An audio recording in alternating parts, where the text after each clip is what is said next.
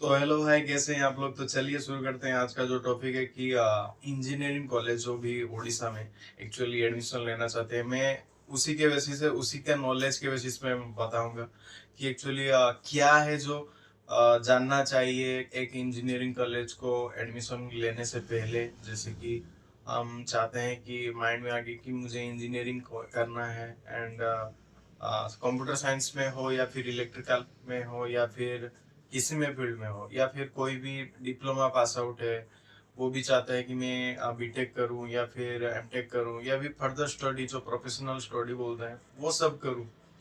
तो जो private engineering college है तो उनके लिए एक्चुअली कौन सा रूल फॉलो करके एडमिशन लेना चाहिए। तो आज उसी टॉपिक के बेसिस पे ही डिस्कस करेंगे। एंड तो चलो एंड शुरू करते हैं। तो पहले शुरू करने से पहले मैं बताना चाहूंगा कि जो भी अकाउंट में नया देख रहा है तो फॉलो करो, लाइक करो, सब्सक्राइब करो, एंड कमेंट करो क्या डाउट हुआ, एंड फर्दर क्या चाहता है एक्चुअली फीडबैक के लिए, उसके रेस्पॉन्ड भी हम दे देंगे। एंड तो पहला पॉइंट ये है कि एक्चुअली तुमको पूछना है क्वेश्चंस, ठीक है। तो जैसे कि तुम अगर मान लो कि कोई इंजीनियरिंग कॉलेज में एडमिशन लेना चाहते हो, तो जैसे कि वो सिलिकॉन है, ठीक है। तो अगर वो सिलिकॉन कॉलेज है तो वहाँ पे अगर तुम गए, एंड वहाँ पे जो जाने से पहले बहुत सारे लोग क्या करते हैं कि वहाँ का जो गूगल से या फिर कहीं से भी उनका जो प्लेसमेंट डिपार्टमेंट का नंबर लाते हैं, एंड वहाँ से कांटेक्ट करना चाहते हैं। कांटेक्ट करने के बाद वो बताता है कि ये कोर्स भी है, इस ब्रांच के लिए ये है, वो ब्रांच के लिए वो है। एंड आप अगर चाहते हैं कि एडमिशन के लिए आप कॉलेज विजिट करके आके यहाँ पे कर सकते हैं, या फिर आप ऑनलाइन पेमेंट में ऑनलाइन पेमेंट के जरिए भी पे कर सकते हैं। तो मेन लॉजिक क्या है, एक्चुअली क्या करना चाहिए उस वक्त। तो पहला चीज ये है कि एक कॉलेज माइंड में मत रखो, ठीक है।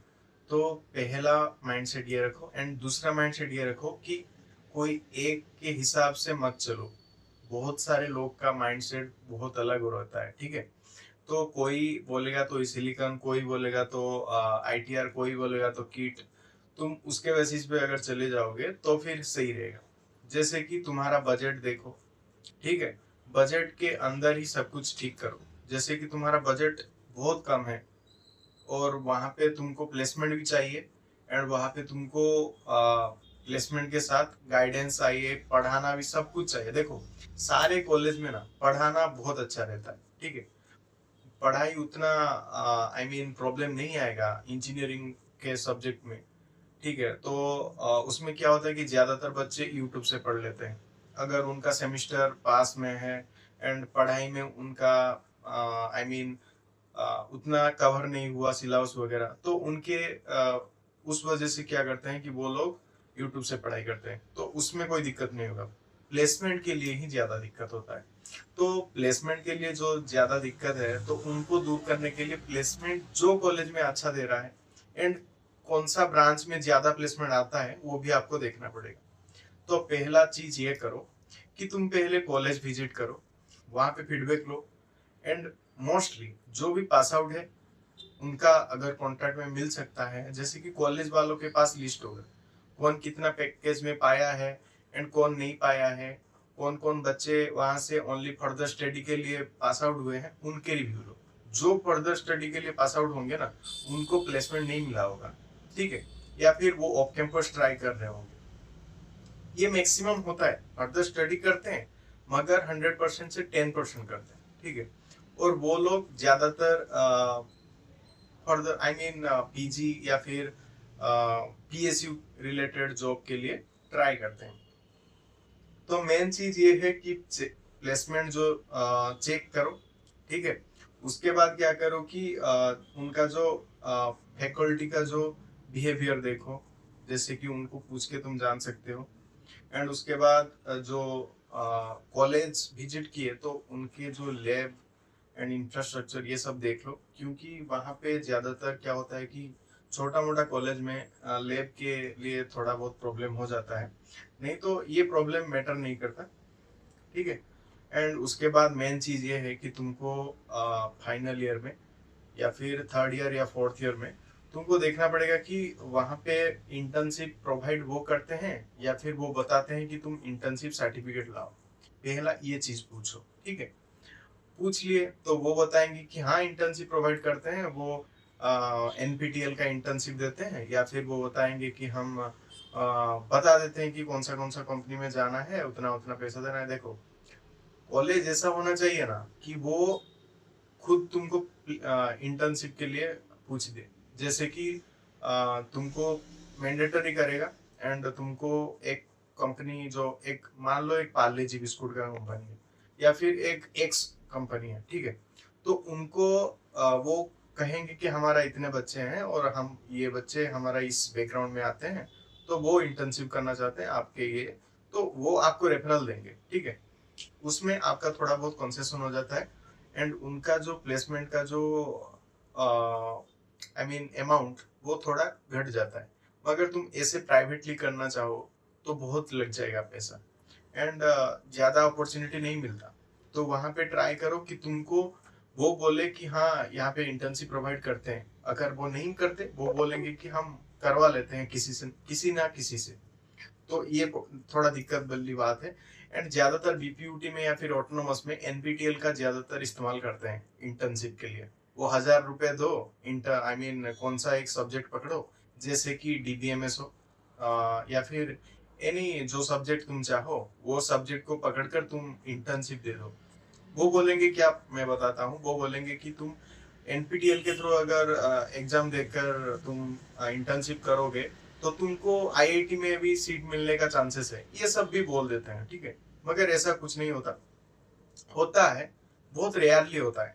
ज्यादातर बच्चे का कुछ फायदा नहीं होता, सिर्फ 1,000 रुपए देते हैं एंड बैठ जाते हैं, एग्जाम देते हैं, एग्जाम में अच्छा मार्क नहीं रहता तो छोड़ो, सिर्फ सर्टिफिकेट को सबमिट करके दे सकते हो।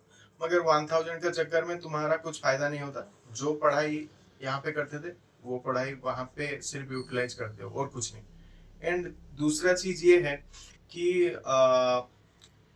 एक्चुअली चाहिए क्या इंटर्नशिप में, एक्चुअली चाहिए क्या, देखो रियल टाइम नॉलेज चाहिए, वो है इंटर्नशिप।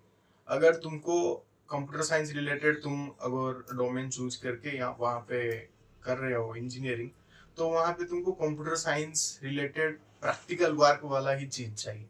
जैसे कि तुम सोच रहे हो कि मुझे मैं जावा में कोर्स करना चाहता हूँ एंड उसके बाद इंटर्नशिप करना चाहता हूँ, तो जावा के ऊपर जो प्रोजेक्ट रिलेटेड वो रियल टाइम में अगर वो करवाते हैं तो वो होता है इंटर्नशिप। ठीक है। एक प्रोजेक्ट पकड़ो और वहां पे 2 4 5 3 महीना 6 महीने का इंटर्नशिप रहता है ज्यादातर। तो उसका इंटर्नशिप लेकर प्रैक्टिकल में जो तुम सीखे वो वाला इंटर्नशिप तुम यूज करके बहुत कुछ कर सकते हो। तुम जान सकते हो कि हाँ मैंने ये प्रोजेक्ट किया था, वो प्रोजेक्ट किया था। मगर जो एग्जाम दे के कर देते हो ना, उसमें कुछ प्रैक्टिकल नॉलेज नहीं रहता। एंड उसके बाद रहता है कि एक्सपेंसेस, खर्चा तो आगे आएगा, मगर मैं ये दूसरे और सेकंड में बता रहा हूँ। जैसे कि हॉस्टल फी क्या है एंड जो एग्जामिनेशन फी क्या है, जो कि हिडन रहता है, वो तुमको कोर्स भी बता देंगे। मगर बहुत सारे बच्चे का यहाँ पे थोड़ा गलती हो जाता है। जैसे कि हिडन एक्सपेंसेस कुछ रहता है, जैसे कि हॉस्टल फीस में थोड़ा बहुत कुछ लग जाता है एक्स्ट्रा एक्सपेंसेस, कि वो पेमेंट किस तरीके का लेते हैं। ठीक है। एंड एग्जामिनेशन फीस भी लगता है, अलग अलग कॉलेज में अलग अलग फीस भी लगता है। एंड यूनिफॉर्म वगैरह उसके लिए अलग पैसा लगता है।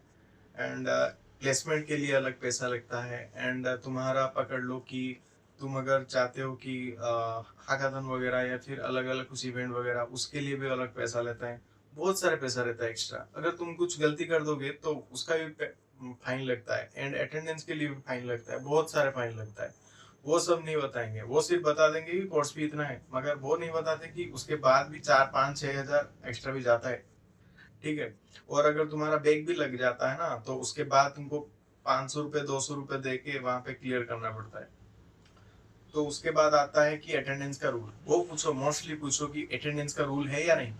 अगर वो बता देते हैं कि हाँ अटेंडेंस का रूल है, तो तुम्हारा कुछ फायदा नहीं होगा। मेरे हिसाब से ना अटेंडेंस का रूल नहीं होना चाहिए। देखो एक बच्चे अगर पढ़ाना सही नहीं हो रहा है कॉलेज में, तो वहां पे जाकर वो अटेंडेंस लेकर वो क्या करेगा? वहां पे नॉलेज चाहिए। हाँ, एक एक मैं बताना चाहूंगा कि देखो अगर अटेंडेंस का रूल है तो सही है, मगर फाइनल ईयर तक वो नहीं रहना चाहिए। फर्स्ट ईयर सेकंड ईयर ठीक है, मगर थर्ड ईयर फोर्थ ईयर में इंटर्नशिप के लिए ज्यादातर टाइम देना चाहिए बच्चे लोगों को, जो कि कॉलेज वाले नहीं देते।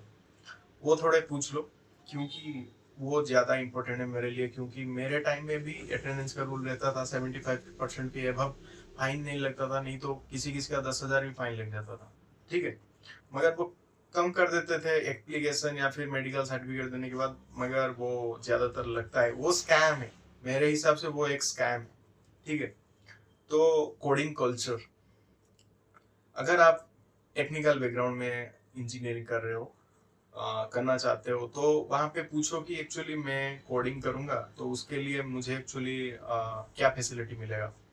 तो जैसे कि बहुत सारे कॉलेज में क्या होता है कि हैकाथॉन कंडक्ट होता है, एंड कोडिंग क्लब्स वगैरह रहता है, जैसे कि साइबर सिक्योरिटी क्लब, जैसे कि AIML क्लब, ऐसा बहुत कुछ रहता है। ठीक है, तो उसके एंड ओपन सोर्सेज वगैरह भी रहता है। जैसे कि कोई कंपनी हो, जैसे कि हमारे भी दो चार ऐसे कंपनी रहता था कुछ अटैच, तो उसमें क्या होता था कि वो हेल्प करते थे। तो वो वाला थिंग्स रहना चाहिए, एंड कॉलेज का एनवायरनमेंट भी सही रहना चाहिए उसके हिसाब से। ओके, लास्ट बात ये है कि तुम्हारा सीनियर के साथ बात करो कि अगर तुमको फिर से कॉलेज में आना है तो तुम आओगे या नहीं, ये पूछो मोस्टली। एंड उसके बाद प्लेसमेंट के रिगार्डिंग पूछो, फैकल्टी के बारे में पूछो, हॉस्टल में रह रहे हो तो हॉस्टल के बारे में पूछो, या फिर डे स्कॉलर हो तो मत पूछो। एग्जाम का स्ट्रिक्ट के बारे में पूछो कि एग्जाम कैसा स्ट्रिक्ट वगैरह रहता है। देखो अभी तो क्या हो रहा है कि पेपर लीक हो रहा है BPUT में। ठीक है, एंड उसके बाद कैंपस एनवायरनमेंट पूछो कि कॉलेज का जो कैंपस कैसा है, आई मीन रैगिंग। ठीक है, तो वो भी ज्यादा मैटर करता है, क्योंकि गवर्नमेंट कॉलेज में ज्यादा रहता है, प्राइवेट में उतना नहीं रहता, मगर पूछ लो मैंडेटरी। एंड उसके बाद कॉलेज के कंपेयर करो। सब जान लिए तुम, सब कॉलेज का ऐसा भी तुम कुछ ना कुछ तो जानते ही होगे। उसके बाद कंपेयर करो, कंपेयर करके खुद के खुद सोचो कि मेरा बजट इतना है, मुझे एक्चुअली ये ब्रांच चूज करना है। कॉलेज में प्लेसमेंट के रिगार्डिंग में लास्टली एक बात बताना चाहूंगा कि तुम प्लेसमेंट के रिगार्डिंग जो भी चाहता है कि मुझे अच्छा प्लेसमेंट चाहिए कम बजट में, तो उनके लिए मैं एक सलाह दूंगा कि सब कॉलेज अच्छा है, सब कॉलेज बुरा है। ठीक है, किसी कॉलेज का अच्छा रहता है और किसी कॉलेज का आई मीन बुरा रहता है। तो तुम ऐसा कॉलेज चूज करो जो कि तुम्हारा बजट में हो। ठीक है, आने जाने में थोड़ा प्रॉब्लम ना हो, और थोड़ा जान पहचान का हो, वैसा ही चूज करो। क्योंकि मेरे हिसाब से कॉलेज में इंटर्नशिप करके वहां पे कैंपस पाने के बाद, आई मीन कोर ब्रांच में बहुत इजी है, मगर टेक्निकल बैकग्राउंड में जो भी आना चाहते हैं उनके लिए बहुत कष्ट है। ठीक है, तो मेरे हिसाब से बजट देखो पहला। सेकेंडली, प्लेसमेंट के रिगार्डिंग बजट के हिसाब से ही तय होता है, मगर इस टाइम सब कॉलेज सेम है। ठीक है, तो मेरे हिसाब से जो भी कॉलेज चूज करे हो बजट के हिसाब से चूज करो। उतना मत देखो कि वो कॉलेज ज्यादा पैसा ले रहा है। अरे देखो तुम्हारा डिस्ट्रिक्ट में भी कॉलेज होगा, तो तुम्हारे डिस्ट्रिक्ट में जो कॉलेज है वहां पे भी तो प्लेसमेंट आता है। हाँ, बहुत 2-3 कंपनी आता है या फिर ज्यादा आता है, तो फिर क्या हो, बजट देखो। ठीक है, ट्रांसपोर्टेशन देखो, एनवायरनमेंट में तुमको सर्टिफिकेट, लास्ट में तुमको सर्टिफिकेट का ही वैल्यू पता चलेगा, उसका कुछ नहीं आई मीन काम आएगा। ठीक है, बीटेक में। तो प्लेसमेंट के लिए मेरे हिसाब से बजट देखो, एंड दैट्स इट। तो ये था मेरा फाइनल कंक्लूजन कि क्या करना है क्या नहीं करना है।